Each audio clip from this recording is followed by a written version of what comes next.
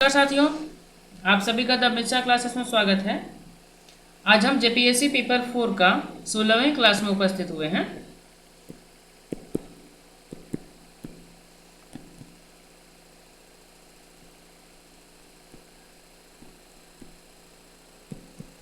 ठीक है, क्लास 16 है आज, जिसमें आज हम लोगों को जो पढ़ना है वो पहला टॉपिक है आपातकालीन संवैधानिक उपबंध। ठीक है, ये हमारा जेपीएससी का जो सिलेबस है उसी के अनुसार ये क्लासेस ले रहे हैं हम। ठीक है, जो जो टॉपिक्स उसमें दिया गया है बस वही सब पढ़ा रहे हैं, कोई एक्स्ट्रा नहीं है। ठीक है, तो चलिए शुरू करते हैं। तो सबसे पहले हम चैप्टर का नाम लिख देते हैं,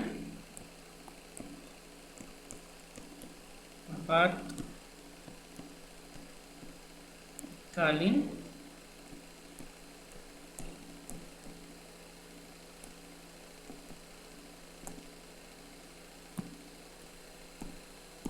संवैधानिक उपबंध। ठीक है, तो इसको देखना है, मतलब आपातकाल लगाने के लिए हमारे संविधान में किस किस प्रकार का प्रावधान किया गया है, क्या क्या तरीका है, उसको हमको इसमें पढ़ना है। ठीक है, ये बहुत बड़ा चैप्टर नहीं है, छोटा सा चैप्टर है। ठीक है, तो चलिए शुरू करते हैं इसको। तो सबसे पहले हम लोग आपातकालीन प्रावधान को देख लेते हैं क्या क्या है। ठीक है,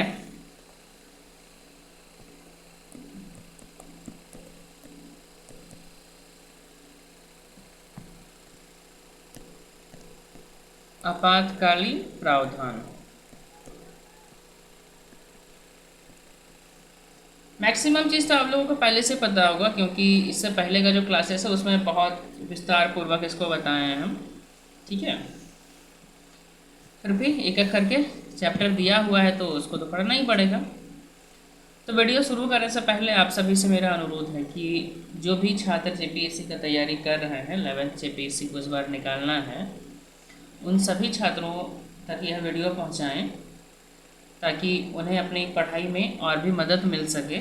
ठीक है, क्योंकि अभी जितना भी आप देखिएगा जेपीएससी का जो कोर्स मिल रहा है, पेड कोर्स बहुत ज़्यादा महंगा महंगा मिलता है। ठीक है, और यहाँ पे जो है मिर्चा क्लासेस में ये पूर्ण रूप से फ्री पढ़ाया जा रहा है, एकदम टॉपिक वाइज। सिलेबस में जो जिस टॉपिक का उल्लेख किया गया है उस हिसाब से ही पढ़ाया जा रहा है। ठीक है, तो आप लोगों को बहुत मदद हो जाएगा इससे। ठीक है, और कहीं ज़्यादा आप लोगों को कुछ एक्स्ट्रा पढ़ने की कोई ज़रूरत नहीं है, बस यही काफ़ी है। सिलेबस ख़त्म हो जाने के बाद उम्मीद हम कर रहे हैं कि दिसंबर तक ही इसको सिलेबस जो है सो 31 दिसंबर होते होते आपका सिलेबस ख़त्म हो जाएगा। उसके बाद जो जनवरी से होगा ना, वो आंसर राइटिंग का क्लास खाली चलेगा। डेली हम लोग एक पेपर उठाएंगे और उसको सॉल्व करेंगे। ठीक है, बस यही काम रहेगा उसके बाद, क्योंकि आंसर राइटिंग बहुत ज़रूरी है। आप कितना बढ़िया से पढ़ लीजिए, आप उसको अच्छा से प्रेजेंट नहीं कर पा रहे हैं ना, तो फिर कोई फ़ायदा नहीं उसका। तो कैसे हम लोग कोई भी टॉपिक को बढ़िया से लिखें, कैसे उसको उसके बारे में हम बताएं, है ना, तो उसको भी हम लोग करेंगे, आंसर राइटिंग का भी। ठीक है, तो जितने भी लोग हैं आप लोग फटाफट जुड़ जाइए। और एक बात और बता देना चाहूँगा कि चैनल जो है सो ये अभी नया नया बना है। ठीक है, ज़्यादा सब्सक्राइबर इसमें है नहीं, और जिस कारण से आप लोगों को ऐसा लगता होगा कि ये नया चैनल बना है, क्या पढ़ाएगा, है ना, वो नामी बनिया वाला हिसाब किताब लग जाएगा इसमें, हमको जहाँ तक लग रहा है। तो ऐसा आप लोग मत सोचिएगा, वीडियो को पूरा देखिएगा, कंटेंट अच्छा लगेगा। ठीक है, एकदम पूरा गारंटी है आप लोग को समझ में आएगा, इससे ज़्यादा कुछ नहीं पढ़ना है इसमें। और यदि आप लोगों को जानना है कि जेपीएससी कब आएगा तो वो भी हम बता देते हैं। 11th जेपीएससी जो है सो आपका ये क्या बोलते हैं, दिसंबर का लास्ट वीक में या फिर जनवरी फर्स्ट वीक तक आएगा। इससे पहले कितना माथा पटक लीजिए, नहीं आने वाला है। ठीक है, तो जो बेहतर ढंग से तैयारी कर रहे हैं, जिनका सपना है कि नहीं इस बार जेपीएससी निकालना ही निकालना है, तो वो लोग कृपया तैयारी को बढ़िया से करें। ठीक है, इधर उधर ज़्यादा दिमाग मत लगाइए आप लोग। यानी कि बहुत सारे स्टूडेंट्स ऐसे होंगे कि जेपीएससी नहीं आ रहा है, चलो जेएसएससी का तैयारी कर लेते हैं, है ना। तो मेरे हिसाब से वो उचित नहीं है। आपको सफलता यदि पाना है तो आपको अर्जुन की तरह देखना होगा। बस आपको केवल मछली का आँख दिखना चाहिए और कुछ नहीं। आसपास हमारा क्या हो रहा है उससे हमको कोई मतलब नहीं होना चाहिए। ठीक है, जेपीएससी तो जेपीएससी ही सही। क्लियर है? तो चलिए एक एक करके हम लोग टॉपिक्स को देखते हैं। जितना बात करना था आप लोगों को बोल दिए हम। तो जो भारतीय संविधान में आपातकाल का उल्लेख है वह 3 टाइप का आपातकाल का उल्लेख किया गया है। ठीक है, क्या क्या कौन कौन सा प्रावधान है? तो सबसे पहला जो आपका आता है वह है यदि युद्ध का स्थिति बनता है तब। ठीक है, यानी कि बाहरी आक्रमण जब होता है, बाह्य आक्रमण, ठीक है, या फिर शस्त्र के साथ विद्रोह, जिसको हम लोग सशस्त्र विद्रोह कह सकते हैं, है ना, शस्त्र के साथ विद्रोह। ठीक है, तो इससे जो आपात उत्पन्न होता है, ठीक है, ये जब कंडीशंस बनता है तो आपातकाल लगाया जाता है। ठीक है, इसका प्रावधान जो है सो हमारा अनुच्छेद 352 में है। किसमें है? तो अनुच्छेद 352। पहला समझ में आ गया। अब दूसरा जो आता है आपका वो है राज्यों में संवैधानिक तंत्र के विफल होने से उत्पन्न आपात। ठीक है, किसी राज्य का यदि वहाँ का सरकार राज्य को नहीं चला पा रहा है, राज्य का सरकार, ठीक है, वहाँ का जो संवैधानिक तंत्र है, कह सकते हैं विधानसभा या विधान परिषद, है ना, वो सब सही ढंग से सरकार को चलाने में असक्षम जब होता है, या फिर कुछ ऐसा होता है कि मान लीजिए गठबंधन का सरकार है, ठीक है, ए, बी और सी 3 पार्टी मिलके सरकार बनाया। ठीक है, अब इसमें तीनों पार्टी जो है, जो तीनों अलग अलग विचारधारा का पार्टी हो सकता है। जरूरी नहीं है कि ए का विचारधारा बी से मिले, या बी का विचारधारा सी से मिले, या सी का विचारधारा ए से मिले, है ना। तो कभी कभी ऐसा हो जाता है कि समर्थन क्या करता है, कोई पार्टी वापस ले लिया कि हम तुम्हारे साथ मिलकर सरकार नहीं बनाएंगे। तो उस कंडीशन में क्या होता है, ए और बी मिलके अकेले बहुमत साबित कर नहीं सकता है ना। इन लोग दोनों के पास उतना ताकत नहीं है कि बहुमत साबित कर सके विधानसभा में। ठीक है, इसके लिए सी का जरूरत है। ठीक है, अब सी यहाँ से हट गया तो इस कंडीशन में क्या होगा कि इसको बहुमत साबित करना पड़ता है। ठीक है, उस कंडीशन में क्या होता है कि राज्यपाल तुरंत विधानमंडल का जो है सो बैठक बुलाता है और बोलता है बाबू तुम अपना बहुमत साबित करके दिखाओ हमको, तभी तो तुम्हारा सरकार हम रहने देंगे, और नहीं यदि रहेगा ये बहुमत साबित नहीं कर पाएगा तब तुम्हारा सरकार तो गया। ठीक है, तो इस कंडीशन में क्या होता है, ये जो सरकार है, कोई सरकार बनाया, वो क्या करेगा, अब सी तो इसके साथ आ नहीं रहा है, अब ये क्या करेगा, कोई डी पार्टी यदि है तो उसको बोलेगा कि बाबू तो हमसे सट जाओ, है ना, हम लोग मिलकर सरकार बना लेंगे। अब डी भी बोलता ना हम तुमसे नहीं सटेंगे, काहे सटे भाई, हम अकेले हैं, ये निर्दलीय है मान लीजिए को। ठीक है, तो इस कंडीशन में वहां क्या होता है कि संवैधानिक तंत्र जो है वो विफल हो जाता है, कार्य करने का क्षमता उसके अंदर हो जाता है, खत्म हो जाता है। ठीक है, अब सरकार तो गिर गई, अब सरकार गिर गई तो क्या होगा, राज्य का जितना भी विधि व्यवस्था है उसका स्थिति तो डमाडोल हो जाएगा एकदम। तो उसको संभालने के लिए क्या करता है, राज्यपाल जो है वो राष्ट्रपति को एक चिट्ठी लिखता है। ठीक है, और बोलता है कि हमारा राज्य का जो है ना वो संवैधानिक तंत्र विफल हो गया है तो आप कुछ करिए। तो राष्ट्रपति क्या बोलता है, ठीक है बाबू अभी करते हैं। तुरंत वो क्या करता है, संविधान का अनुच्छेद 356 उसके तहत बोलता है ठीक है ये लोग कुछ नहीं करेगा, लगा दो राष्ट्रपति शासन। अब क्या होता है, अनुच्छेद 356 के तहत कोई भी फलाने राज्य में, यानी कोई जिस राज्य का संवैधानिक तंत्र विफल हो गया, काम करने का शक्ति उसमें नहीं रहा, बहुमत सिद्ध नहीं कर पाया अपना सरकार, वहां पे तत्काल राष्ट्रपति शासन लग जाता है। और उसके बाद क्या होता है, राष्ट्रपति शासन लगा, उसके बाद वो राज्यपाल जो है वो राष्ट्रपति के प्रतिनिधि के तौर पर यहाँ पे राज करने लगता है। और यहाँ का जो कह सकते हैं राजनीतिक ढांचा नहीं, राजनीतिक ढांचा हम नहीं कहेंगे, संवैधानिक ढांचा कह सकते हैं, ज़्यादा उचित वर्ड होगा उसके लिए, है ना। संवैधानिक, ठीक है। तो संवैधानिक ढांचा जो होगा उसको चलाने का काम शुरू कर देता है, ठीक है, क्लियर है।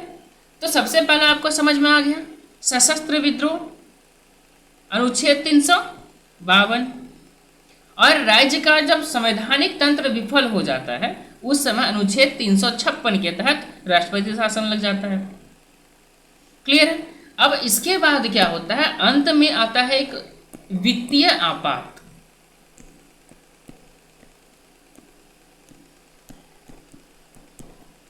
ठीक है, इसका जो है अनुच्छेद 360 है। तो याद करिए सबसे पहला सशस्त्र विद्रोह के लिए कितना था, तो 352।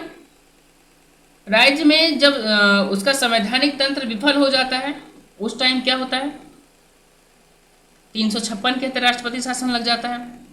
और वित्तीय आपात के लिए कौन सा अनुच्छेद है, तो 360। अब वित्तीय आपात को थोड़ा बढ़िया से समझ लेते हैं हम लोग। वित्तीय आपात क्या है, अब मान लीजिए कि आपका एक घर है, ठीक है, मान लेते हैं कि ये एक घर है और इसको चलाने के लिए आपको 100 रुपया डेली का खर्चा है, क्लियर है। लेकिन आप कितना कमा रहे हैं, 100 रुपया आप कमा नहीं पा रहे हैं, ठीक है।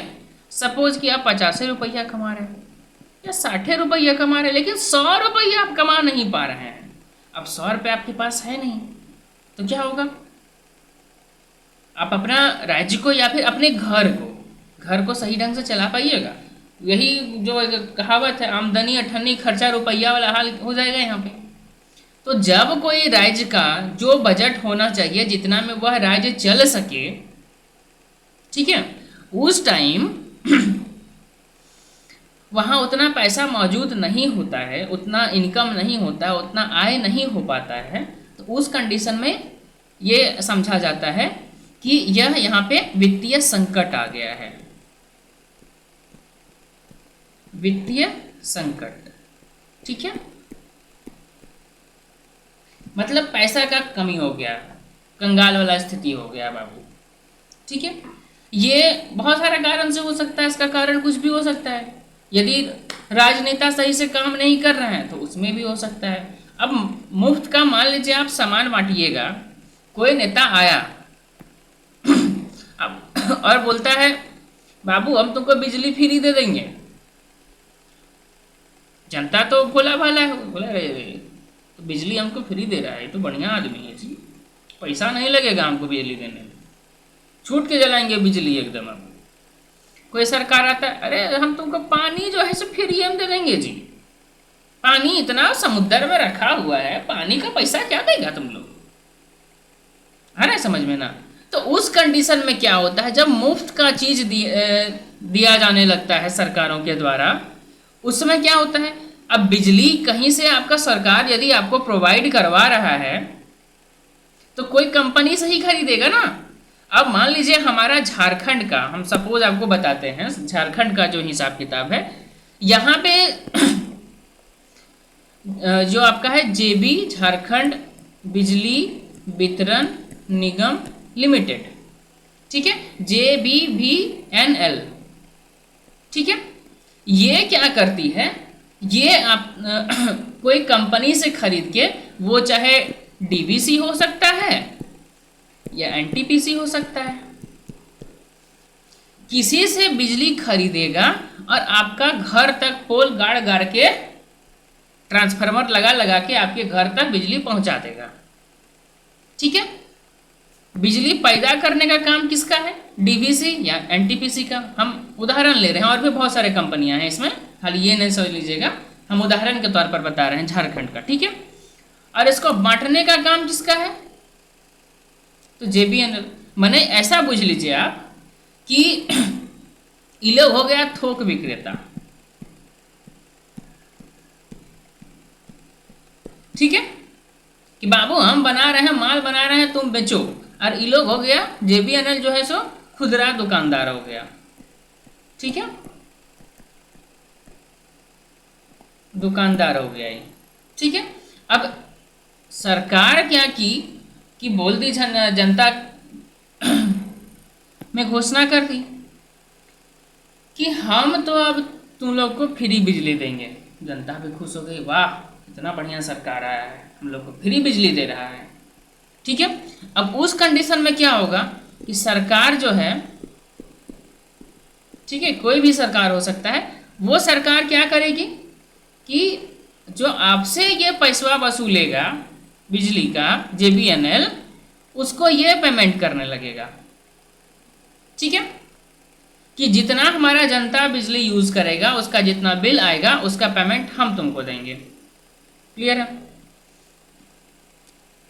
क्योंकि डीवीसी और जेबीएनएल जो है सो सरकार के कंप्लीट अधीन तो नहीं है ना, उसके अंदर भी कर्मचारी है ना, उसका भी मेंटेनेंस है, कहाँ से जुगाड़ करेगा भाई उतना। तो ये सरकार उससे बिजली खरीदेगी और जनता में फ्री बांटेगी। उसके बाद तुमको, जैसे कि हम कोई दुकान से मान लीजिए कोई सामान खरीद के लाए, कोई थोक विक्रेता से सामान खरीद के लाए, दुकान से ही कोई खुदरा विक्रेता से चॉकलेट खरीद के लाए 10 टका का मान लीजिए। ठीक है, अब हम वो चॉकलेट आपको फ्री में दे दें, चाहे आपसे 1 रुपया पैसा लेके लें, वो तो मेरे ऊपर डिपेंड करता है। हम सरकार हैं, मेरे ऊपर डिपेंडेंट है, हम फ्री में दें या फिर पैसा लें उसका। ठीक है, तो इस कंडीशन में क्या होता है, जब इस टाइप की योजनाएं लाती है सरकार, तो धीरे धीरे जो संचित निधि होता है हमारा, क्या कह सकते हैं, राज्य का या फिर आपका देश का, ठीक है, यहाँ का जो वित्त मंत्रालय होता है, पर जहाँ पे हम पैसा रखते हैं, इसको हम संचित निधि कह सकते हैं, जहाँ पे हम पैसा जमा करके रखते हैं। ठीक है, संचित निधि या कोष कह सकते हैं। ठीक है, ठीक, हम यहाँ पे वित्तीय कोष लिख देते हैं। तो इस कंडीशन में क्या होता है कि ये वित्तीय कोष धीरे धीरे अब खाली होने लगता है कि हम तो जनता से पैसा ले नहीं रहे हैं, हम अपना पॉकेट से भर रहे हैं, कितना दिन तक खिलाएंगे जी, है ना, मेरे पास कोई इनकम का स्रोत रहेगा तब ना। तो ये धीरे धीरे खाली होने लगता है। ठीक है, अब इसमें क्या होता है, ये जब खाली होने लगता है तो वही कंडीशन हो गया, 100 रुपया हमको डेली का चाहिए था चलाने के लिए, मेरे पास पैसे भी नहीं है, 50 रुपया है या 60 रुपया, कुछ भी हो सकता है, लेकिन 100 रुपया मेरे पास अब नहीं बचा, अब हम तो नहीं सकेंगे। तो उस कंडीशन में वित्तीय आपात घोषित किया जाता है कि फलाना राज्य में वित्तीय आपात घोषित हो गया, उसका खजाना खाली हो गया है। क्लियर है, तो उस कंडीशन में भी क्या होता है, यहाँ का जो सरकार होता है उसको गिरा दिया जाता है, हटा दिया जाता है और तत्काल राष्ट्रपति शासन लगा दिया जाता है। ठीक है, इसको हम लोग वित्तीय आपात बोलते हैं, वित्तीय आपात। ठीक है, ये अनुच्छेद 360 के अंतर्गत आता है। तो आप लोगों को तीनों बहुत अच्छा से समझ में आ गया होगा। ठीक है, चलिए, तो ये तीनों समझ में आ गया। अब हम लोग आगे बढ़ते हैं, राष्ट्रीय आपात और उससे संबंधित प्रावधान। ठीक है,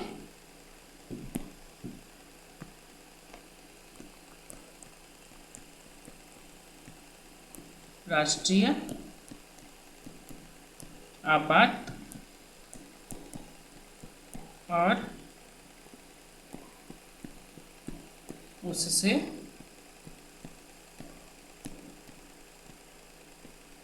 संबंधित प्रावधान।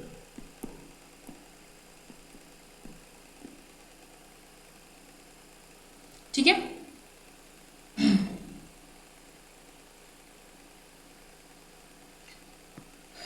तो अनुच्छेद 352 को पहले हम लोग देखेंगे, उसके बाद 53, 54 इसको एक एक करके बढ़िया से हम लोग समझ लेते हैं। ठीक है।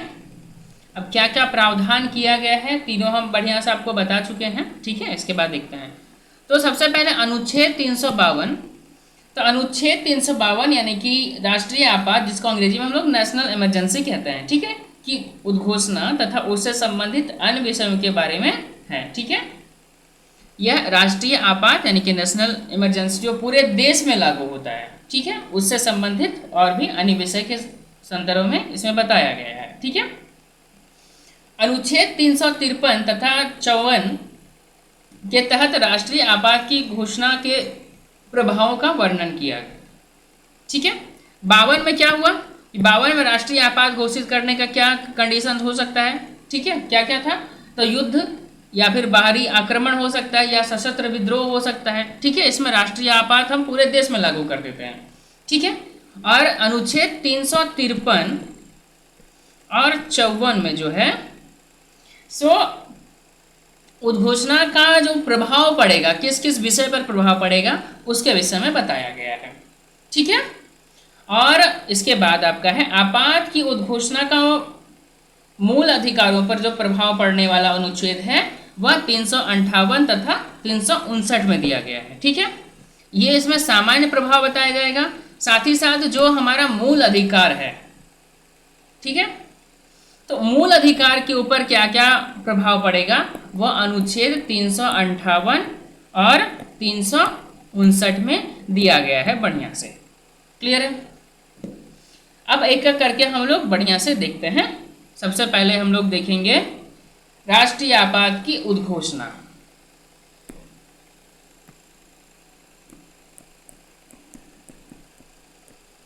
राष्ट्रीय आपात की उद्घोषणा।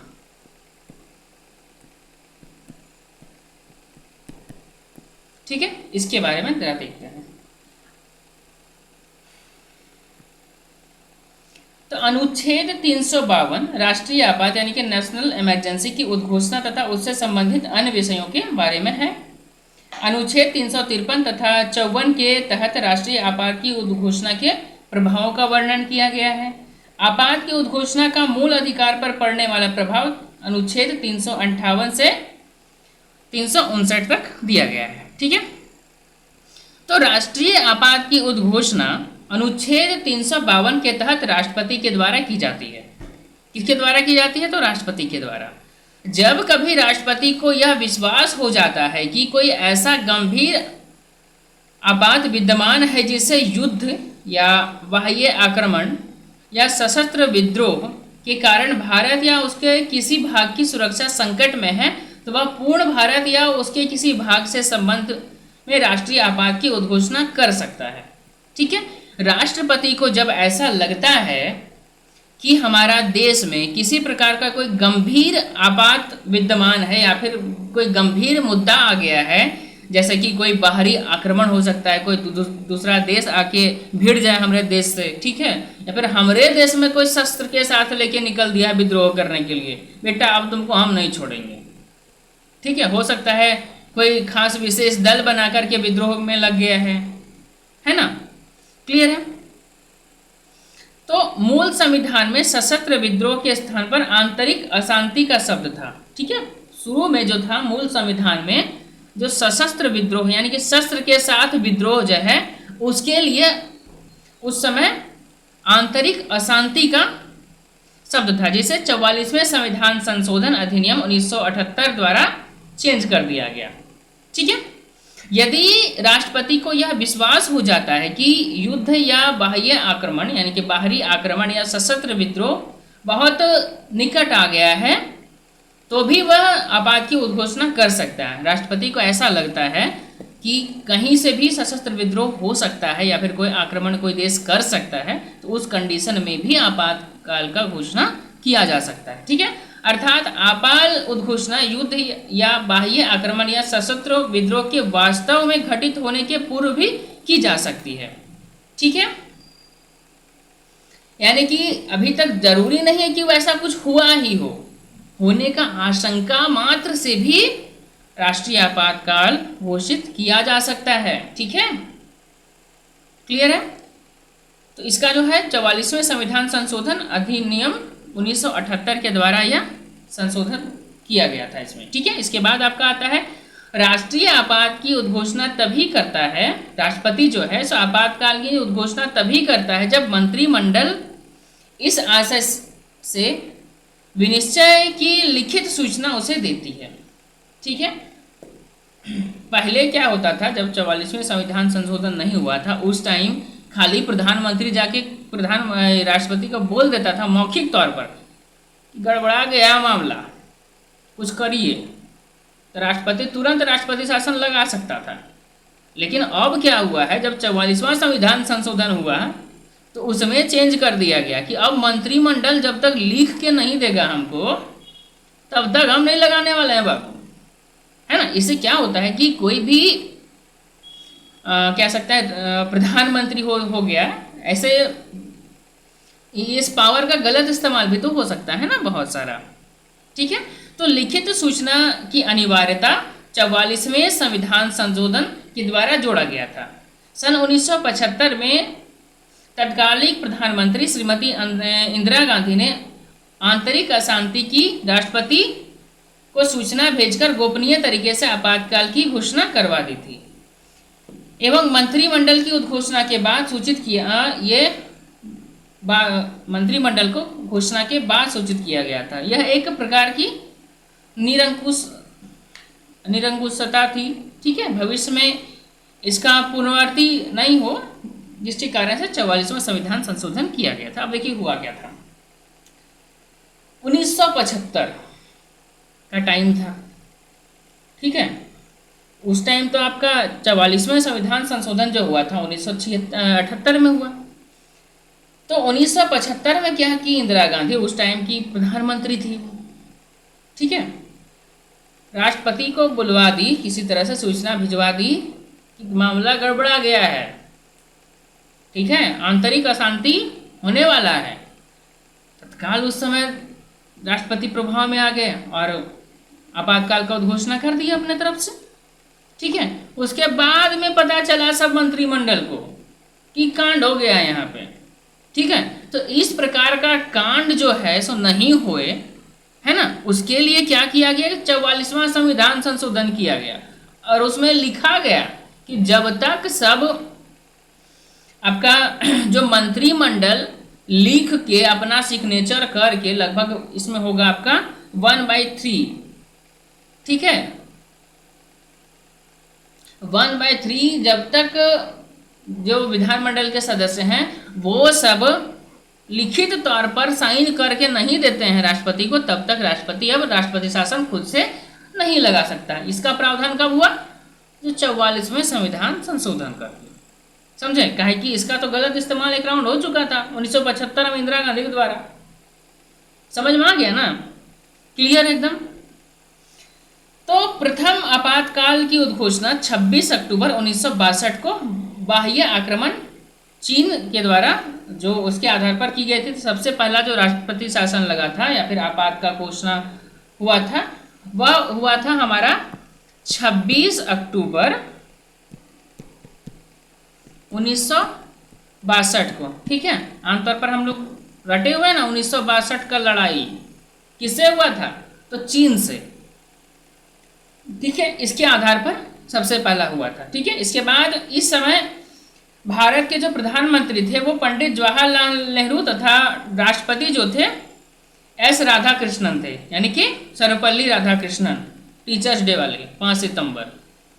ठीक है, इस उद्घोषणा को 10 जनवरी 1968 को फिर से वापस ले लिया गया। कब, तो 10 जनवरी 1968 को, 1968। ठीक है, तो 62, 63, 64, 65, 66, 67, 68, मतलब बहुत लंबा टाइम तक चला जी। ठीक है, क्लियर है। तो यह उद्घोषणा जो है कुल 5 वर्ष 2 माह और 14 दिन तक अपने प्रभाव में रही थी। ठीक है, इसके बाद दूसरा आपातकाल जो लगता है वह 3 सितंबर 1971 को लगता है। ठीक है, कब? तो 3 सितंबर 1971। ठीक है, तो ये भी बाह्य आक्रमण के द्वारा लगा था। उस समय 1971 का लड़ाई किससे हुआ था? 1962 का तो चीन से हो गया, 71 में किससे हुआ? तो पाकिस्तान से। ठीक है, इसके आधार पर की गई थी। इस समय जो है सो भारत के जो तत्कालीन प्रधानमंत्री थी वो श्रीमती इंदिरा गांधी तथा राष्ट्रपति जो थे वो वी गिरी। ठीक है, तो इस हम लोग को पता चल गया, पहला 1962 में लगा, दूसरा 1971 में लगा, अब तीसरा जो लगता है वो आपका 25 जून 1975 को। ठीक है, 25 जून 1975 को, उस समय भी श्रीमती इंदिरा गांधी ही प्रधानमंत्री थी। ठीक है, और बिना मंत्रिमंडल के परामर्श से ही वो आंतरिक अशांति के आधार पर राष्ट्रपति फखरुद्दीन अली अहमद से वह उद्घोषणा करवा दी थी। ठीक है,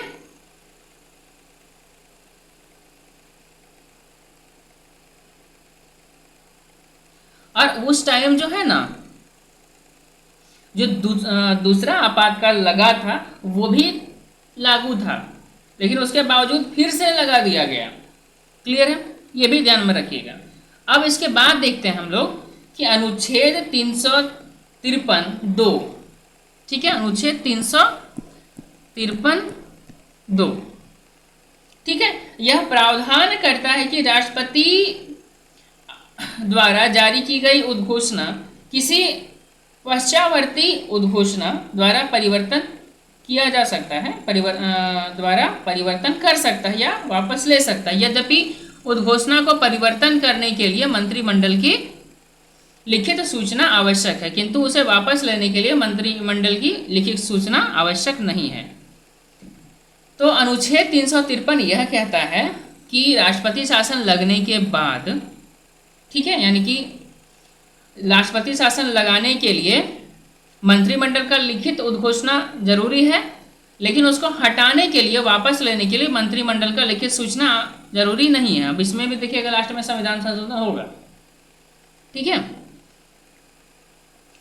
तो राष्ट्रपति को भिन्न भिन्न आधारों यथा युद्ध या बाह्य आक्रमण या सशस्त्र विद्रोह के आधार पर, अथवा युद्ध या बाह्य आक्रमण या सशस्त्र विद्रोह के भावी संकट के आधार पर भिन्न भिन्न अलग अलग उद्घोषणा करने का शक्ति प्राप्त है। ठीक है, राष्ट्रपति को यह शक्ति 38वें संविधान संशोधन अधिनियम 1975 द्वारा प्रदान की गई है।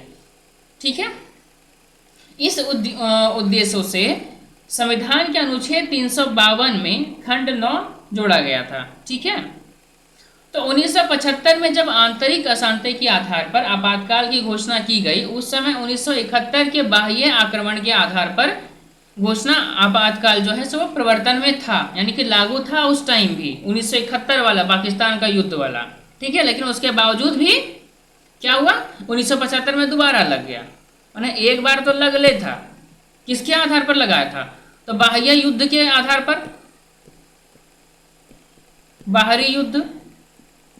ठीक है, एक बार और लगा देता है इसमें। अब क्या होता है, आंतरिक अशांति।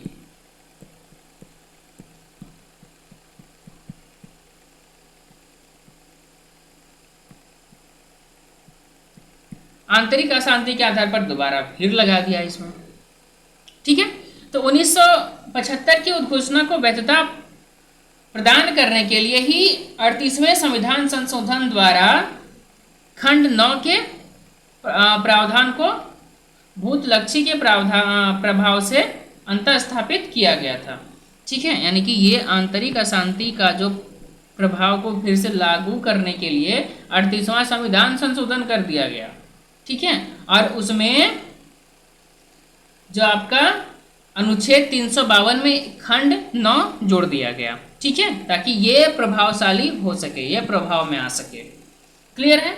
अब आता है, हम लोग देखते हैं, यहाँ तक समझ में आ गया होगा उम्मीद है। इतना आसानी से समझा रहे हैं, इतना अच्छा भाषा में समझा रहे हैं, एकदम बच्चा जैसा, तो समझ में तो आना तय है। नहीं आएगा तो कमेंट कर लीजिएगा, बता दिया जाएगा, उसमें क्या दिक्कत है। इसके बाद आता है उद्घोषणा का अनुमोदन। ठीक है,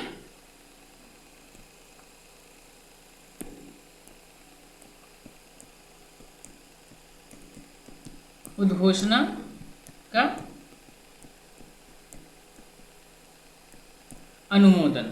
ठीक है, तो राष्ट्रपति द्वारा की गई प्रत्येक उद्घोषणा, यानी कि सिवाय वापस लेने की उद्घोषणा के, ठीक है, अभी बताया कि वापस लेने के लिए किसी का लिखित प्रमाण नहीं चाहिए तत्काल। ठीक है, तो संसद के दोनों सदनों के समक्ष अनुमोदन के लिए रखी जानी चाहिए। यदि दोनों सदन उद्घोषणा को 1 माह के भीतर अनुमोदित नहीं करता है तो उद्घोषणा जो है सो स्वतः ही समाप्त हो जाता है। मतलब कि आपका उद्घोषणा तो हो गया, उसके बाद उसको जांच पड़ताल के लिए, यानी कि अनुमोदन करने के लिए संसद का दोनों सदन में रखा जाएगा, विधानसभा और संसद, यानी कि कह सकते हैं राज्यसभा।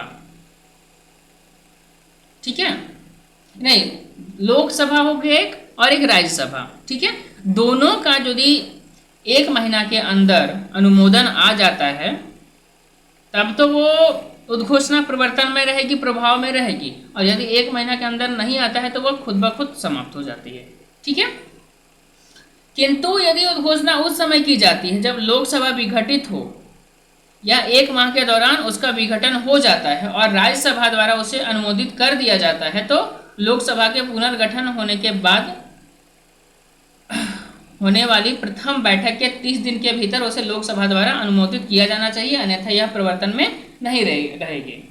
उद्घोषणा के अनुमोदन का संकल्प प्रत्येक सदन द्वारा कुल सदस्यों की संख्या के बहुमत तथा उपस्थित मतदान करने वाले की 2/3 यानी कि 2/3 बहुमत से पारित किया जाता है। इसे विशेष बहुमत भी कहा जाता है। ठीक है, अब देखिए कि मान लीजिए राष्ट्रपति शासन का या फिर आपातकाल का उद्घोषणा हो गया, उस समय जो है हमारा लोकसभा ही विघटित होकर बैठल है, लोकसभा आई ही नहीं है, या फिर 1 महीना बाद विघटित हो जाएगा। सपोज कि मान लीजिए कि सरकार का 5 साल होने में 1 महीना बाकी है।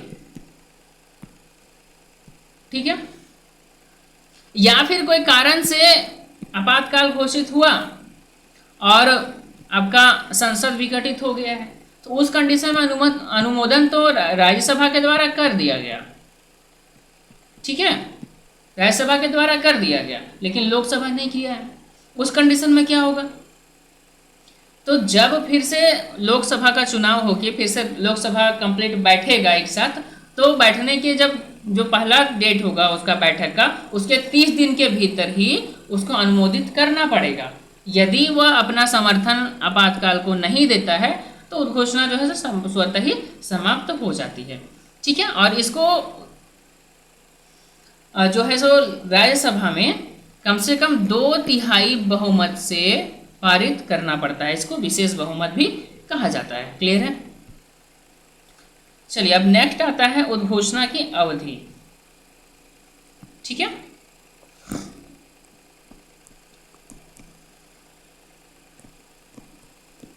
उद्घोषणा की अवधि।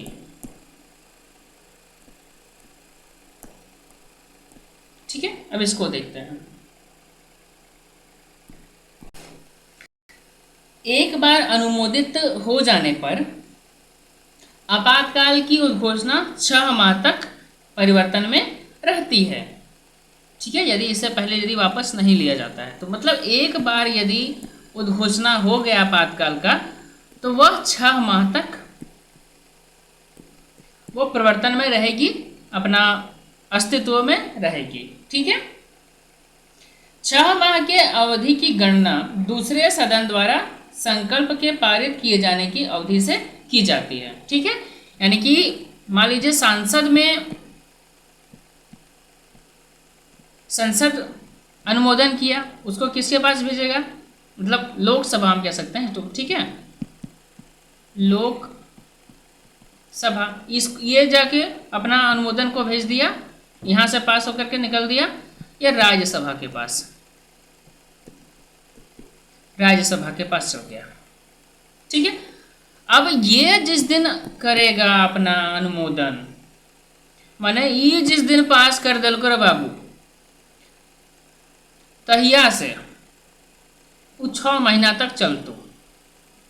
समझ में आया? मतलब राज्यसभा के द्वारा जिस दिन पास किया जाता है उसको, उस डेट से अगला 6 माह तक वह चलेगा। क्लियर है? तो उसे 6 माह तक और आगे बढ़ाया जा सकता है। ठीक है, 6 महीना तो एक राउंड में चल गया, एक राउंड में 6 महीना, उसे 6 माह के लिए आगे जारी रखने के लिए संसद के दोनों सदनों द्वारा पुनः अनुमोदन आवश्यक हो जाता है। मैंने एक बार तो दोनों मिलकर कर दिया, यो पास कर दिया, वो पास कर दिया, 6 महीना तक वैलिडिटी उसका हो गया, उन्हें रिचार्ज करने वाला हाल है। ठीक है, ये लोग दोनों मिलके 6 महीना का रिचार्ज कर दिया, किसका? तो आपातकाल का। अब 6 महीना में तो बोलने लगेगा रिचार्ज तुम्हारा खत्म हो रहा है बाबू, जल्दी रिचार्ज करो, नहीं तो और बात नहीं होगा। अब तो ठीक है, कर देते हैं।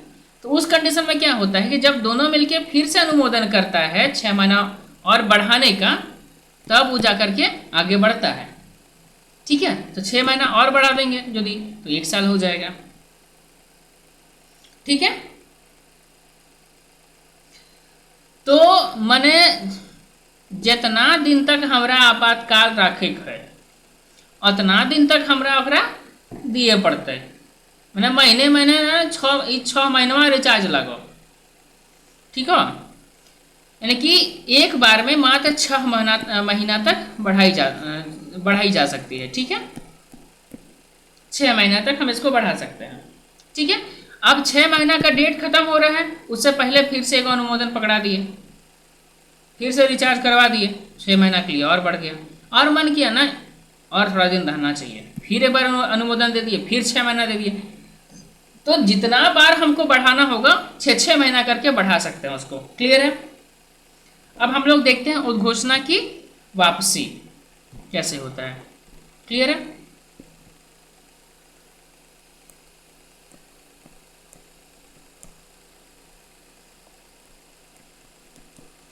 उद्घोषणा की वापसी। ठीक है, तो आपात की उद्घोषणा को राष्ट्रपति पश्चातवर्ती उद्घोषणा द्वारा कभी भी वापस ले सकता है। वापस लेने वाली उद्घोषणा का संसद द्वारा अनुमोदन आवश्यक नहीं है। ठीक है, यानी कि जो भी पिछले बार उद्घोषणा किया गया था, यानी कि राष्ट्रपति शासन मान लीजिए लगा हुआ 6 महीना के लिए, उससे पहले राष्ट्रपति को मन किया करना अब इसको हटा देना चाहिए। ठीक है, तो उसके लिए उसको संसद का अनुमोदन का जरूरत नहीं है, जब मन तब उसको हटा सकता है। ठीक है, उसके लिए कौन सा? पश्चातवर्ती उद्घोषणा के द्वारा। ठीक है, वापस लेने वाले उद्घोषणा का संसद द्वारा अनुमोदन आवश्यक नहीं होता।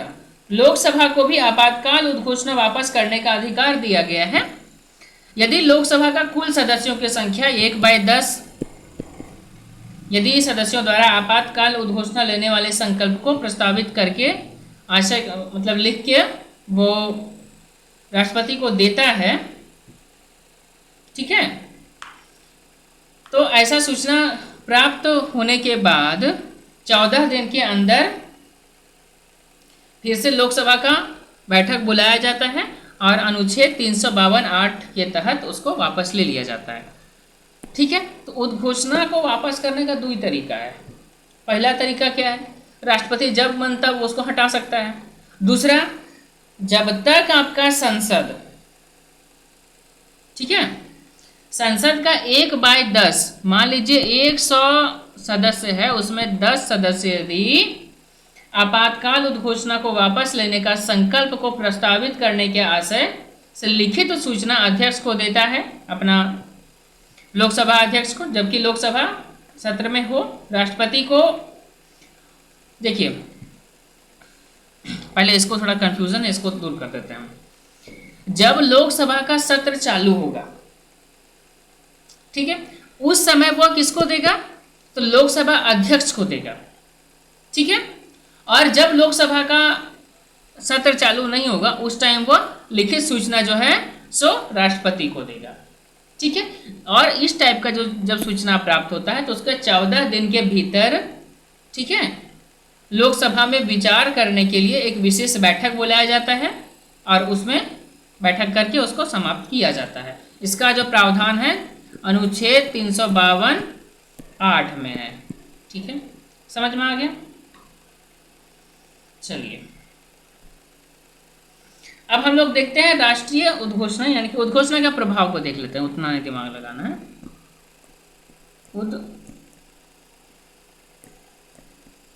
उद्घोषणा का प्रभाव,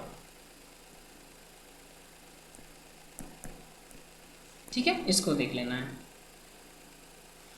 क्या क्या प्रभाव होता है। तो सबसे पहला आपातकाल के प्रवर्तन के दौरान, देखिए प्रवर्तन का अर्थ होता है, इसको आप बार बार याद रखिएगा क्योंकि हम ये वर्ड का बहुत यूज करेंगे अभी।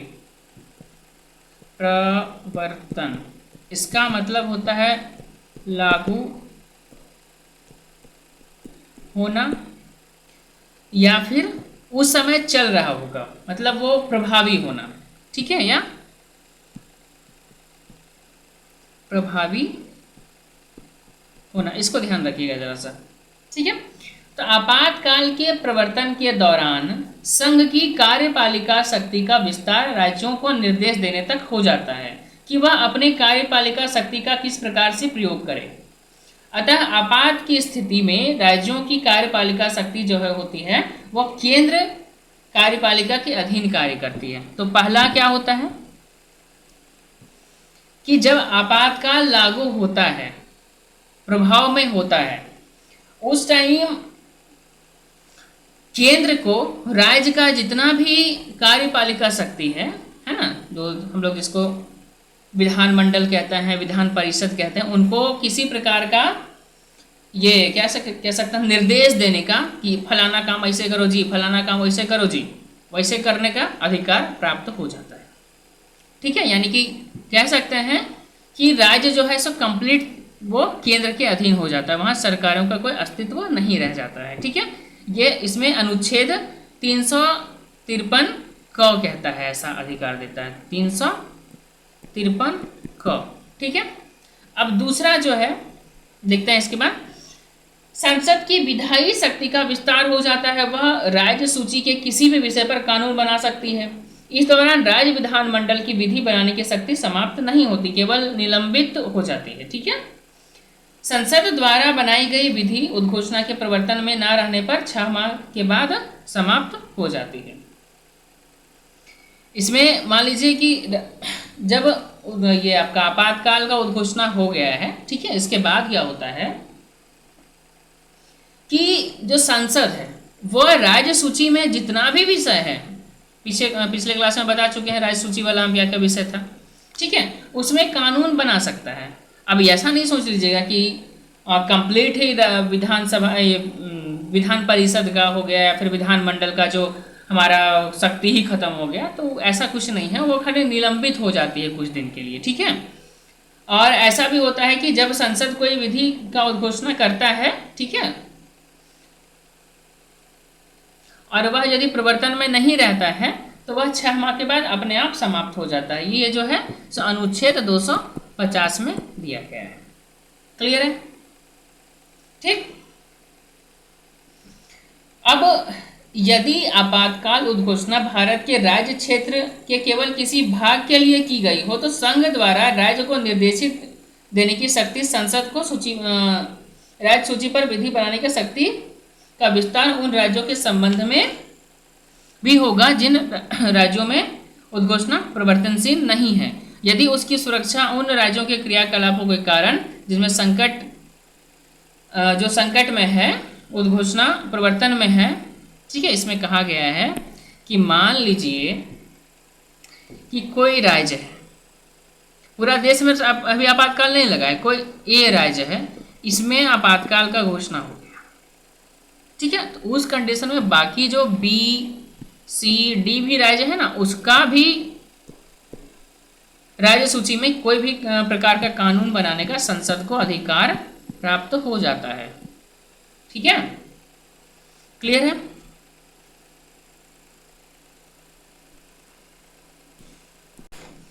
अब आगे देखते हैं। आपातकाल उद्घोषणा के प्रवर्तन के दौरान,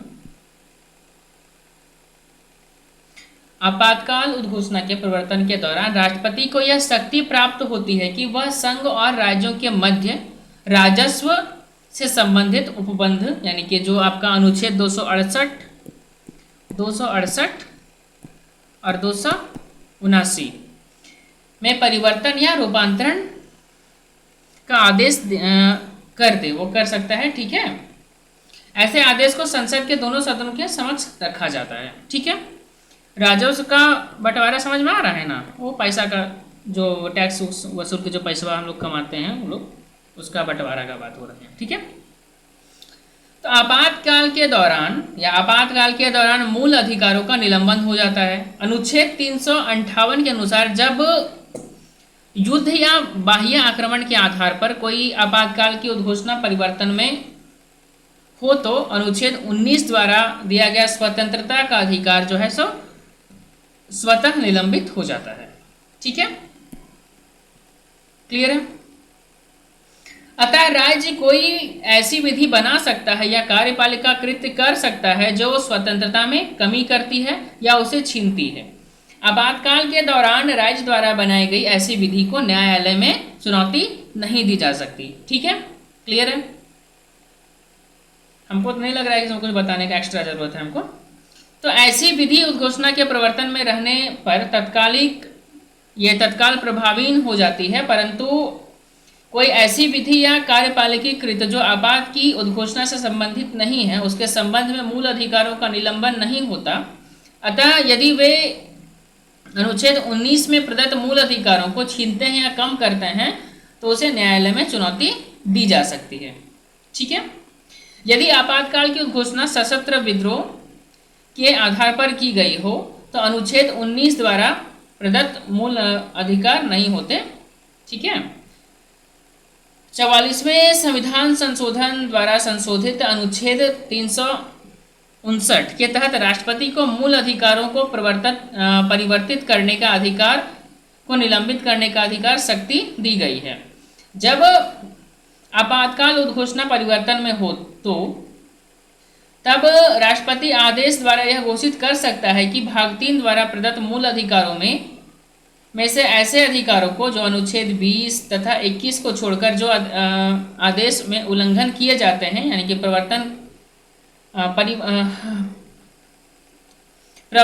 प्रवर्तित करने के लिए किसी न्यायालय में आवेदन करने का अधिकार निलंबित रहेगा, अधिकार नहीं रहेगा, ठीक है। यह आदेश पूरे देश में या उसके किसी भाग के लिए हो सकता है। राष्ट्रपति द्वारा जारी आदेश संसद के दोनों सदन के समक्ष रखा जाना चाहिए, ठीक है। जब राष्ट्रपति उक्त आशय को आदेश जारी कर देता है तब उन अधिकारों के संबंध में राज्य कोई भी विधि बनाने का कार्यपालिकीय कार्रवाई करने के लिए सक्षम हो जाता है। ऐसी विधि या कार्रवाई को न्यायालय में इस आधार पर चुनौती नहीं दी जा सकती कि उससे उन मूल अधिकारों का उल्लंघन होता है। ऐसी विधि आदेश के प्रवर्तन में ना रहने के तुरंत बाद ही यह प्रभावी हो जाता है, ठीक है। राज्य द्वारा बनाई गई विधि को इस बात का उल्लेख किया जाना चाहिए कि उस समय लागू आपातकाल की उद्घोषणा के संबंध में है तथा कार्यपालिकीय कार्यवाही आपात से संबंधित विधि के अंतर्गत की जानी चाहिए, अन्यथा उन्हें राष्ट्रपति के आदेश का संरक्षण प्राप्त नहीं होगा और उन्हें न्यायालय में चुनौती दी जा सकती है, ठीक है।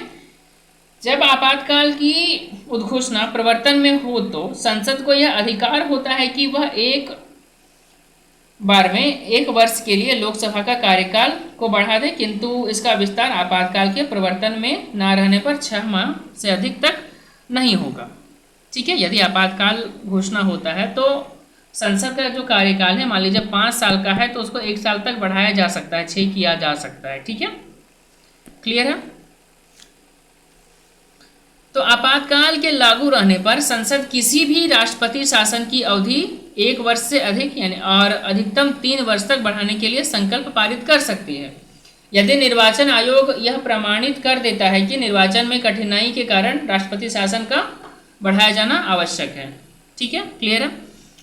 चलिए अब आता है आपातकाल उपबंधों में संशोधन। ठीक है,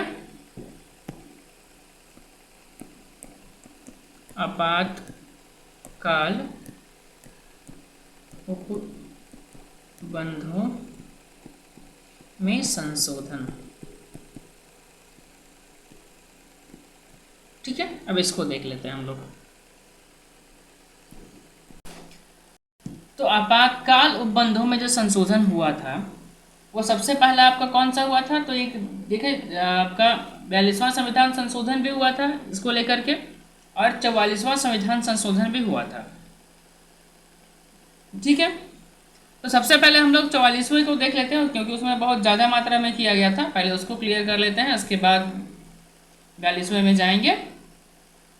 ठीक है, तो 44वां संविधान संशोधन जो हुआ था इसमें आपका मूल रूप से देखा जाए तो अनुच्छेद 352, ठीक है, इसके बाद 358 और एक हो गया 359। ठीक है, इस सब में परिवर्तन किया गया था। ठीक है, अब इस सब को एक एक करके हम लोग देखते हैं। ठीक है, तो सबसे पहले हम लोग देख सकते हैं अनुच्छेद 352 को। ठीक है, तो आंतरिक अशांति के स्थान पर सबसे पहले इसमें क्या किया, वो शब्द को हटा के आंतरिक अशांति को हटा के सशस्त्र विद्रोह शब्द को जोड़ दिया गया। ठीक है, इसके बाद युद्ध हो गया, बाह्य आक्रमण हो गया या सशस्त्र विद्रोह के भावी संकट के आधार पर आपातकाल घोषणा की शक्ति राष्ट्रपति को दी गई। ठीक है, आपातकाल घोषणा के लिए मंत्रिमंडल के निर्णय की लिखित सूचना राष्ट्रपति को दी जानी आवश्यक है, क्योंकि इससे पहले जो 1975 में आपका इंदिरा गांधी के द्वारा किया गया था वो मौखिक तौर पर ही काम हो गया था, है ना, लेकिन उसका गलत मिसयूज ना हो जिसके चलते नया प्रावधान किया गया। ठीक है, इसके बाद उद्घोषणा को 1 माह के भीतर संसद के दोनों सदनों द्वारा विशेष बहुमत से पारित किया जाना आवश्यक है ना। इसके पूर्व उद्घोषणा 2 माह के भीतर साधारण बहुमत से भी पारित की जा सकती थी। ठीक है, इससे पहले जो है सो साधारण बहुमत से भी घोषणा को पारित किया जा सकता था, लेकिन अब जो है सो विशेष बहुमत यानी कि 2/3 बहुमत चाहिए उसमें। ठीक है, इसके बाद एक बार संसद द्वारा अनुमोदित घोषणा मात्र 6 माह तक ही रहता है ना। आगे उसको बढ़ाने के लिए 6 माह के लिए फिर से अनुमोदन देना पड़ता है, वही फिर से रिचार्ज करो, है ना। क्लियर है? इसके बाद यह प्रावधान किया गया कि लोकसभा साधारण बहुमत से भी उद्घोषणा वापस ले सकती है ना। क्लियर है? इसके बाद आपका आ जाता है यदि लोकसभा के 1/10 सदस्य हस्ताक्षर सहित लिखित सूचना राष्ट्रपति को यदि देता है तो क्या होगा कि 14 दिन के भीतर ही फिर से संसद का कह सकते हैं बैठक बुला के वो उद्घोषणा को वापस लिया जा सकता है। क्लियर है? इतना ही तो बात है इसमें। अब इसके बाद आता है 44वां संविधान संशोधन, उसके बाद इसमें अनुच्छेद 58 और 59 को देख लेते हैं एक बार। तो अनुच्छेद 358 और 359 इसमें क्या क्या किया गया?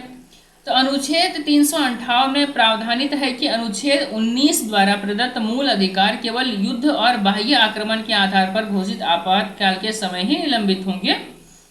ठीक है, सशस्त्र विद्रोह जब आंतरिक अशांति या सशस्त्र विद्रोह के आधार पर जब घोषित होगा उस समय हमारा जो अनुच्छेद 19 में जो भी हम लोग को मूल अधिकार दिया गया है वो निलंबित नहीं होता है, वो नहीं हटता है। ठीक है, इसके बाद वही 358(2),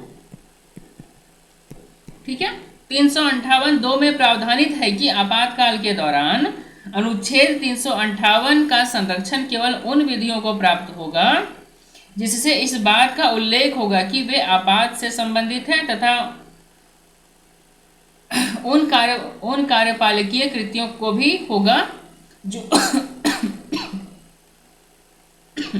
जो ऐसी विधियों के अधीन किए गए हैं, अन्य कृत्यों पर नहीं होगा। क्लियर है। इसके बाद आपका है अनुच्छेद 359 में प्रावधानित है कि अनुच्छेद 20 तथा 21 को राष्ट्रपति द्वारा आपातकाल के दौरान भी निलंबित नहीं किया जा सकता। यह 20 और 21 जो है किससे है? मूल अधिकारों से जुड़ा हुआ है। ठीक है। उसके बाद 359 का संरक्षण भी आपातकाल के दौरान केवल उन्हीं विधियों को प्राप्त होगा जिनसे इस बात का उल्लेख होगा कि वे आपात संबंधी हैं तथा उन कार्यपालकीय कृतियों को प्राप्त होगा जो ऐसी विधियों के अधीन किए गए अन्य ऐसी विधि का अधीन किया गया है या फिर दूसरा कृत्य पर नहीं होगा। मतलब जो भी काम करना है वो केवल आप आपातकाल से संबंधित ही कार्य कर सकते हैं। ठीक है। बाकी जितना भी होगा उसको लेकर के हम न्यायालय में जा सकते हैं, कोई दिक्कत नहीं है इसमें। ठीक है। चलिए 44वां संविधान संशोधन समझ में आ गया। अब हम लोग देख लेते हैं 42वां संविधान संशोधन और अनुच्छेद 352। ठीक है। 42वां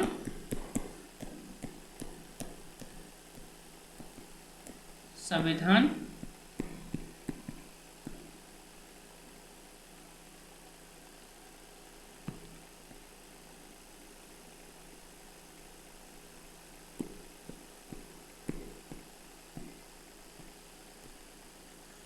संशोधन लिखना है यहाँ पे हमको ना।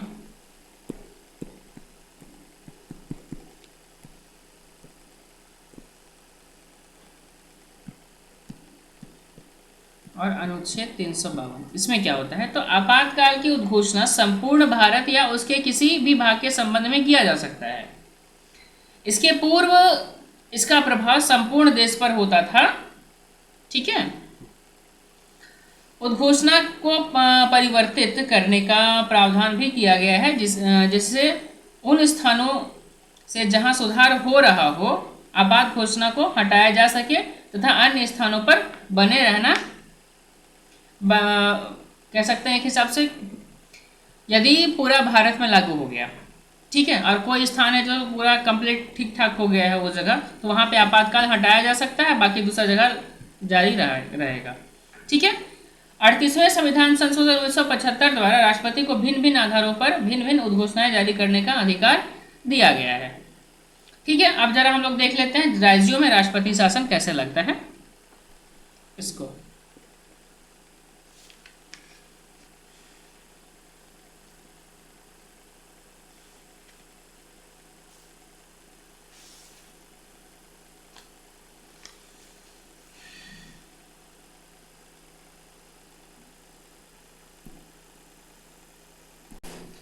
राज्यों में राष्ट्रपति शासन। ठीक है।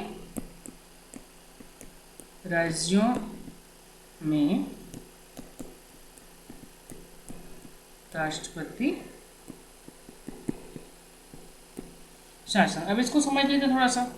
तो राज्य में संवैधानिक तंत्र के विफल हो जाने पर राष्ट्रपति द्वारा अनुच्छेद 356 के तहत जारी की जाने वाली उद्घोषणा को आम बोलचाल में हम लोग राष्ट्रपति शासन कहा जाता है। ठीक है। दूसरे प्रकार का आपात उपबंध है ये। ठीक है। यह जो है दूसरे प्रकार का आपात उपबंध है टाइप है। यद्यपि संविधान में इसके लिए आपात शब्द का प्रयोग नहीं किया गया है। ठीक है। क्लियर है। अब हम लोग देखते हैं, ये तो आपको बहुत अच्छा से समझा दिए हम। ठीक है। राष्ट्रपति शासन की उद्घोषणा। ठीक है।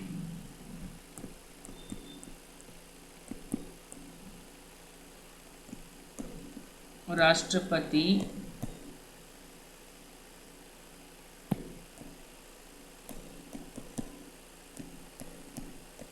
शासन की उद्घोषणा।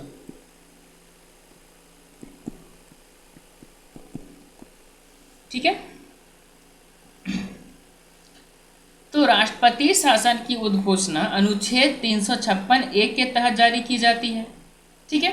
इसके अनुसार यदि राष्ट्रपति को किसी राज्य के राज्यपाल से प्रतिवेदन मिलने या किसी अन्य प्रकार से संज्ञान हो जाता है कि उस राज्य का शासन संवैधानिक प्रावधानों के अनुसार नहीं चलाया जा सकता, तो वह उस राज्य में राष्ट्रपति शासन की उद्घोषणा कर सकता है। ठीक है, यह बहुत अच्छा से बता दिए हम कि जब कोई भी राज्य का संवैधानिक तंत्र जो है सो विफल हो जाता है तो उस दौरान राज्यपाल जो है सो राष्ट्रपति से अनुशंसा करता है। ठीक है, या राष्ट्रपति को रिपोर्ट भेजता है कि यहाँ पे जो यहाँ का शासन है वह संविधान के प्रावधानों के अनुसार नहीं चलाया जा सकता है, तो वह राष्ट्रपति शासन का घोषणा वहाँ किया जा सकता है। ठीक है, तो अनुच्छेद 365 में कहा गया है कि जब कोई राज्य संघ की कार्यपालिका द्वारा दिए गए किसी निर्देश के अनुपालन में असफल रहता है तो राष्ट्रपति यह समाधान कर सकता है कि उस राज्य का शासन संविधान के प्रावधानों के अनुसार नहीं चलाया जा सकता। अनुच्छेद 256, 57 तथा अनुच्छेद 353 क के तहत संघ की कार्यपालिका को राज्य को निर्देश देने की शक्ति है। ठीक है, यह राष्ट्रपति समाधान से तात्पर्य है केंद्रीय विधानमंडल का समाधान। राष्ट्रपति शासन की उद्घोषणा किसी भी पश्चातवर्ती उद्घोषणा कभी भी उसका उद्घोषणा को वापस लिया जा सकता है। ठीक है, या उसमें परिवर्तन किया जा सकता है। इसका जो शक्ति देता है वह संविधान का अनुच्छेद 356(2) देता है। ठीक है, अब हम लोग देखते हैं राष्ट्रपति उद्घोषणा का अनुमोदन। ठीक है, हम खाली उद्घोषणा का अनुमोदन लिख देते हैं। उद्घोषणा का अनुमोदन।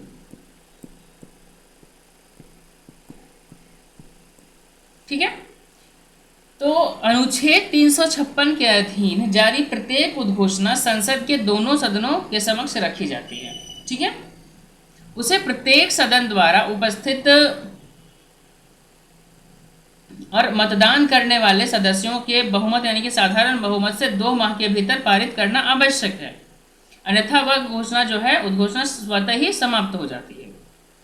किसी पूर्ववर्ती उद्घोषणा को वापस लेने वाली उद्घोषणा को संसद के समक्ष रखना आवश्यक नहीं होता। यदि उद्घोषणा उस समय की जाती है जब लोकसभा का विघटन हो गया हो या लोकसभा का विघटन उद्घोषणा का अनुमोदन किए बिना 2 माह के भीतर हो गया हो और उसे राज्यसभा द्वारा अनुमोदित कर दिया गया हो, तो ऐसी उद्घोषणा को लोकसभा के पुनर्गठित होने के पश्चात उसकी प्रथम बैठक के 30 दिन के भीतर अनुमोदित किया जाना चाहिए, अन्यथा वह 30 दिन की समाप्ति पर परिवर्तन में नहीं रहेगा वो। ठीक है, SR बम्बई बनाम भारत संघ का राज्यों में राष्ट्रपति शासन के न्यायिक पूर्वावलोकन पर एक प्रमुख वाद है। इस वाद में उच्चतम न्यायालय ने 9 सदस्यीय संविधान पीठ ने राष्ट्रपति शासन लागू करने के संबंध में कुछ मापदंड निर्धारित किए हैं जिसका पालन केंद्र सरकार के लिए आवश्यक है। ठीक है, अनुच्छेद 356 के अधीन राष्ट्रपति द्वारा किसी राज्य में राष्ट्रपति शासन लागू करने और विधानसभा को भंग करने की शक्ति सशर्त है, यह असीमित नहीं है, शर्तों के साथ है। ठीक है, राष्ट्रपति को यह स्पष्ट करना होगा कि अनुच्छेद 356(1) के अधीन वे परिस्थितियां अस्तित्व में थी जिनके आधार पर राष्ट्रपति की कार्रवाई की। ठीक है, दूसरे शब्दों में संवैधानिक तंत्र की विफलता यथार्थ में होनी चाहिए कि काल्पनिक आधारों पर नहीं। ठीक है, राष्ट्रपति शासन राज्यपाल को लिखित रिपोर्ट के बिना यानी कि राज्यपाल की लिखित रिपोर्ट के बिना लागू नहीं किया जा सकता। पंथ निरपेक्षता भारतीय संविधान का आधारभूत ढांचा है और यदि कोई सरकार उसके आदेशों के विरुद्ध कार्य करती है तो वह अनुच्छेद 356 का प्रयोग किया जा सकता है। ठीक है, यदि केवल राजनीतिक आधारों पर दुर्भावना से प्रेरित होकर राष्ट्रपति शासन लागू किया जाता है तो न्यायालय विधानसभा को पुनर्जीवित कर सकता है। यदि कोई मान लीजिए कि केंद्र में दूसरा सरकार हो गया है, राज्य में दूसरा पार्टी का सरकार है, उसमें यदि किसी तरह दुश्मनी निकालने के लिए कुछ उल्टा सीधा करने के लिए यदि राष्ट्रपति शासन लगा दिया जाता है तो न्यायालय जो है सो उसका सपोर्ट में खड़ा हो जाएगा तुरंत। ठीक है, तो राष्ट्रपति शासन लागू करना और विधानसभा को भंग करना दोनों एक साथ नहीं किए जा सकते। राष्ट्रपति संसद द्वारा उद्घोषणा को अनुमोदित किए जाने के पश्चात ही विधानसभा को भंग कर सकता है। तब ऐसा अनुमोदन नहीं हो जाता, तब तक ऐसा अनुमोदन नहीं हो जाता, राष्ट्रपति विधानसभा को केवल निलंबित कर सकता है। ठीक है, हटा नहीं सकता है कंप्लीट। उच्चतम न्यायालय और उच्च न्यायालय के केंद्रीय सरकार को उस सामग्री के बारे में बताने के लिए बाध्य कर सकता है जिसके आधार पर किसी राज्य में राष्ट्रपति शासन लागू करने के परामर्श केंद्रीय मंत्रिपरिषद राष्ट्रपति को देती है। यह कारण परामर्श का भाग नहीं है, अतः न्यायालय उसकी जांच कर सकता है। ठीक है, अब इसके बाद आपका आता है उद्घोषणा की अवधि।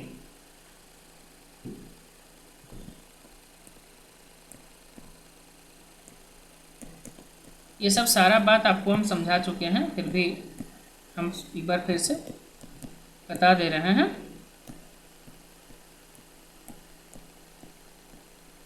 की अवधि। ठीक है, तो राष्ट्रपति शासन की जारी करने की तिथि से 2 माह तक प्रवर्तन में रहती है, किंतु यदि संसद दोनों सदन इसे साधारण बहुमत से 2 माह के भीतर अनुमोदित कर देते हैं तो ऐसी उद्घोषणा जारी करने की तिथि से 6 माह तक यह प्रवर्तन में रहती है। ठीक है, 6 माह तक वो रहता है। यदि उसे आगे और जारी रखना चाहे तो उसे फिर से अनुमोदित करना पड़ता है और 6 महीना के लिए फिर से वो आगे लग जाता है। ठीक है, इसी तरह से 6-6 महीना करके उसको बढ़ाया जा सकता है, लेकिन कोई भी दशा में उसको 3 साल से ज़्यादा नहीं बढ़ाया जा सकता। ठीक है, परंतु 1 वर्ष से अधिक अवधि तक राष्ट्रपति शासन को जारी रखने के लिए संसद द्वारा संकल्प तभी पारित किया जा सकता है जबकि कुछ शर्त है। कौन कौन से शर्त है? आपात की उद्घोषणा संपूर्ण भारत या उसके किसी भाग में हो, निर्वाचन आयोग यह प्रमाणित करता है कि राज्य में चुनाव कराने में कठिनाई के कारण राष्ट्रपति शासन को जारी रखना आवश्यक है। ठीक है, ये दोनों जो कथन है, दोनों शर्त जो है, ये दोनों शर्त 44वें संविधान संशोधन अधिनियम 1978 के द्वारा संविधान में जोड़ा गया था। ठीक है, अब इसके बाद आता है राज्यों की सुरक्षा संघ का कर्तव्य। राज्यों की सुरक्षा संघ का कर्तव्य।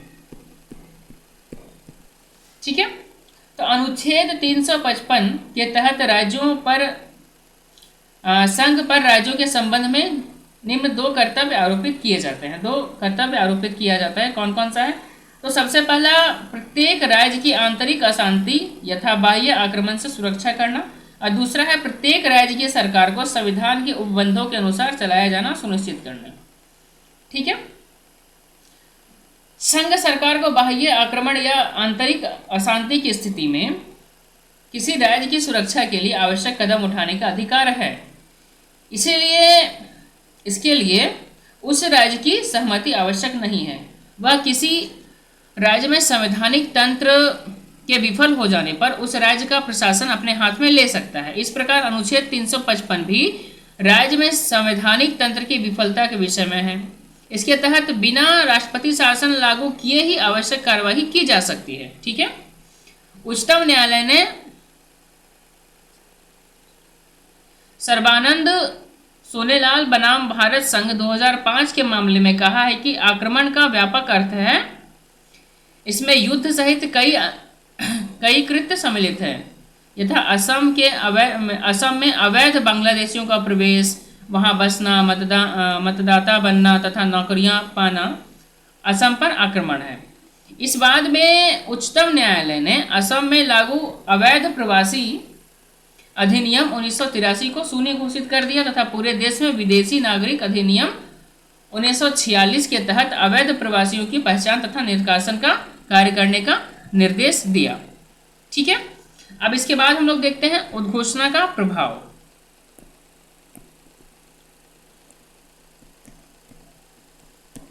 उद्घोषणा का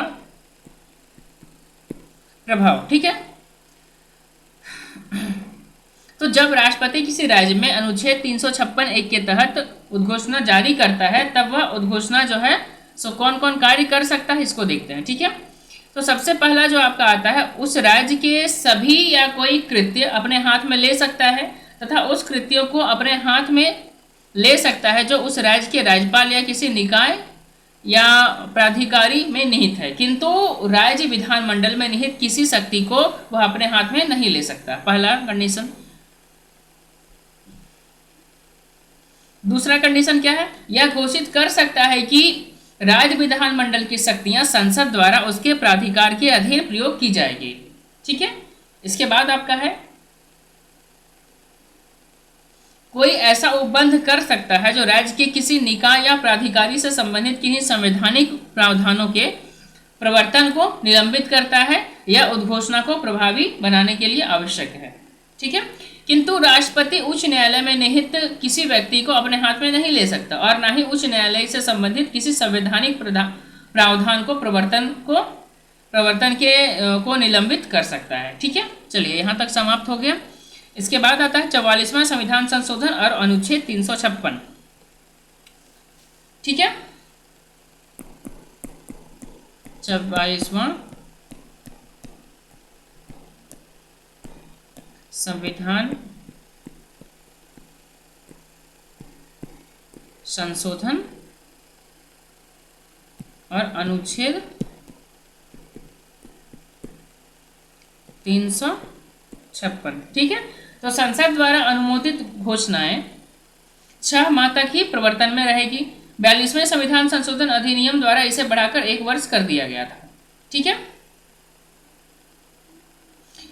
खंड 5 जोड़कर यह प्रावधान किया गया है कि 1 वर्ष से अधिक अवधि तक आपात जारी रखने के संकल्प में 2 जो बताया अभी कुछ देर पहले, तो उस समय आपातकाल की घोषणा प्रवर्तन में नहीं होगी यथा चुनाव आयोग यह प्रमाणित कर दे कि आम चुनाव कराने में कठिनाई के कारण उस घोषणा को बनाए रखना आवश्यक है। ठीक है। अब आता है विधायी शक्तियों का प्रयोग। ठीक है। विधायी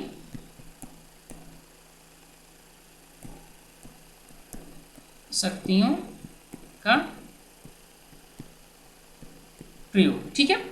तो अनुच्छेद 357 के अनुसार जब राष्ट्रपति यह घोषित कर देता है कि राज्य विधानमंडल की विधायी शक्तियां संसद या उसके प्राधिकार के अधीन प्रयोग में लाई जाएगी, तब संसद इस बात के लिए सक्षम होगा कि वह राज्य विधानमंडल की विधायी शक्ति का प्रयोग करे।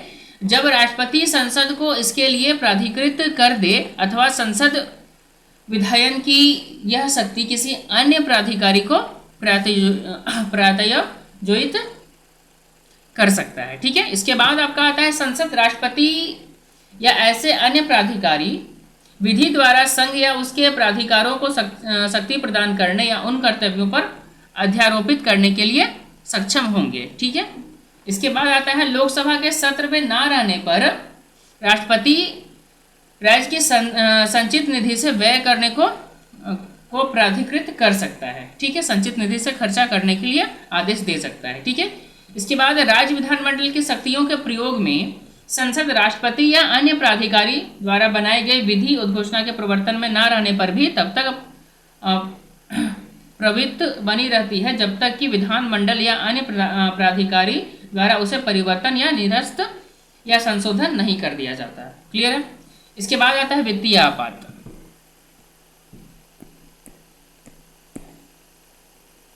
वित्तीय आपात। ठीक है। तो संविधान के अनुच्छेद 360 के तहत वित्तीय आपात के बारे में प्रावधान किया गया है।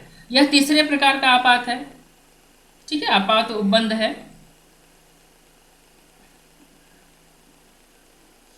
राष्ट्रपति वित्तीय आपात की उद्घोषणा कर सकता है यदि उसको यह समाधान हो जाए कि ऐसी स्थिति उत्पन्न हो गई है जिससे भारत या उसके किसी भाग का वित्तीय स्थायित्व अथवा साख संकट में है। यहाँ राष्ट्रपति के समाधान से तात्पर्य केंद्रीय विधानमंडल के समाधान से है। ठीक है। अतः राष्ट्रपति केंद्रीय विधानमंडल की सलाह पर ही वित्तीय आपात की उद्घोषणा करता है, किंतु उसके लिए मंत्रिमंडल की लिखित सलाह आवश्यक नहीं है। ठीक है। चलिए ये हो गया। अब वित्तीय आपात की उद्घोषणा की अवधि देख लेते हैं हम लोग। ठीक है। केवल इसमें उद्घोषणा की अवधि लिखते हैं। उद्घोषणा की अवधि। ठीक है। तो वित्तीय आपात की उद्घोषणा संसद के अनुमोदन के बिना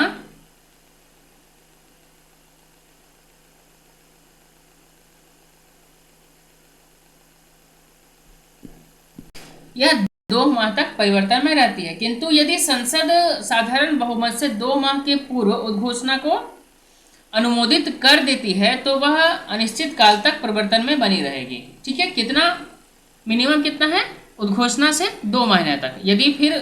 यदि संसद उसको में अनुमोदन करती है तो यह अनिश्चित काल तक बनी रह सकती है। वित्तीय आपातकाल की घोषणा को जारी रखने के लिए उसको बार बार अनुमोदित करना आवश्यक नहीं है। यदि वित्तीय आपात की उद्घोषणा के समय लोकसभा विघटित हो अथवा 2 माह की अवधि में उसका विघटन हो जाता है और संकल्प राज्यसभा द्वारा अनुमोदित हो जाता है किंतु लोकसभा द्वारा नहीं होता, तो उद्घोषणा उस तारीख से जब नई लोकसभा बैठती है तब 30 दिन की समाप्ति पर प्रवर्तन में नहीं रहेगी। ठीक है, जब तक कि इस अवधि के भीतर उद्घोषणा को अनुमोदित करने का संकल्प लोकसभा द्वारा पारित नहीं होता। ठीक है, इसके बाद वित्तीय आपात की उद्घोषणा के प्रभाव को देख लेते हैं। ठीक है, वित्तीय आपात की उद्घोषणा के प्रभाव। ठीक है, तो सबसे पहला प्रभाव क्या आता है, संघ की कार्यपालिका द्वारा किसी राज्य को ऐसे वित्तीय औचित्य संबंधी सिद्धांत का पालन करने का निर्देश दिया जा सकता है जो ऐसे निर्देशों में निर्धारित किए जाएं। ठीक है, इसके बाद किसी राज्य के अधीन सेवा करने वाले सभी या किसी वर्ग के व्यक्तियों के वेतन या भत्ते में कमी की जा सकती है। ठीक है, साथ ही साथ संघ के अधीन सेवा करने वाले किसी भी या सभी व्यक्तियों जिसके अंतर्गत उच्चतम न्यायालय और उच्च न्यायालय के न्यायाधीश भी हैं के वेतन में और भत्ते में कमी की जा सकती है। ठीक है, इसके बाद राज्य विधानमंडल द्वारा पारित धन विधेयक और वित्तीय विधेयक को राष्ट्रपति के विचार के लिए आरक्षित किए जाने का प्रावधान किया जा सकता है। क्लियर है। अब इसके बाद अंत में आ जाता है आपका 44वां संविधान संशोधन और अनुच्छेद 360।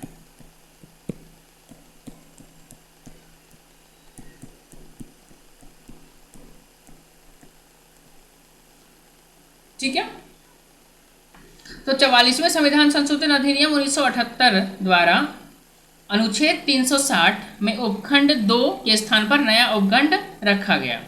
ठीक है, संशोधन से पूर्व अनुच्छेद 360 के अधीन की गई उद्घोषणा पर अनुच्छेद 352 के उपबंध लागू होते थे। इस संशोधन द्वारा अनुच्छेद 360 खंड 2 को पूर्ण बनाते हुए अनुच्छेद 352 से उसका संबंध समाप्त कर दिया गया है। संशोधित प्रावधान के अनुसार वित्तीय आपात संसद द्वारा अनुमोदित होने के पश्चात अनिश्चित काल तक प्रभावी रह सकता है, जबकि अनुच्छेद 352 के अधीन घोषित आपात को जारी रखने के लिए 6 माह पर संसद द्वारा अनुमोदन आवश्यक होता है। क्लियर है। चलिए, तो ये चैप्टर हो जाता है आप लोगों का समाप्त। आज के लिए इतना ही रहने देते हैं, फिर मिलते हैं नेक्स्ट क्लास में। नेक्स्ट क्लास में हो सकता है एक ही साथ हम 2-3 चैप्टर खत्म कर दें, क्योंकि छोटा छोटा चैप्टर है, उसके बाद ज़्यादा कुछ है नहीं, तो एक भाग हमारा ख़त्म हो जाएगा। ठीक है, चलिए तब तक के लिए आप सभी को बहुत बहुत धन्यवाद। वीडियो अच्छा लगे तो चैनल को सब्सक्राइब करिएगा, वीडियो को लाइक करिएगा और अन्य लोगों के साथ शेयर करिएगा। Thank you.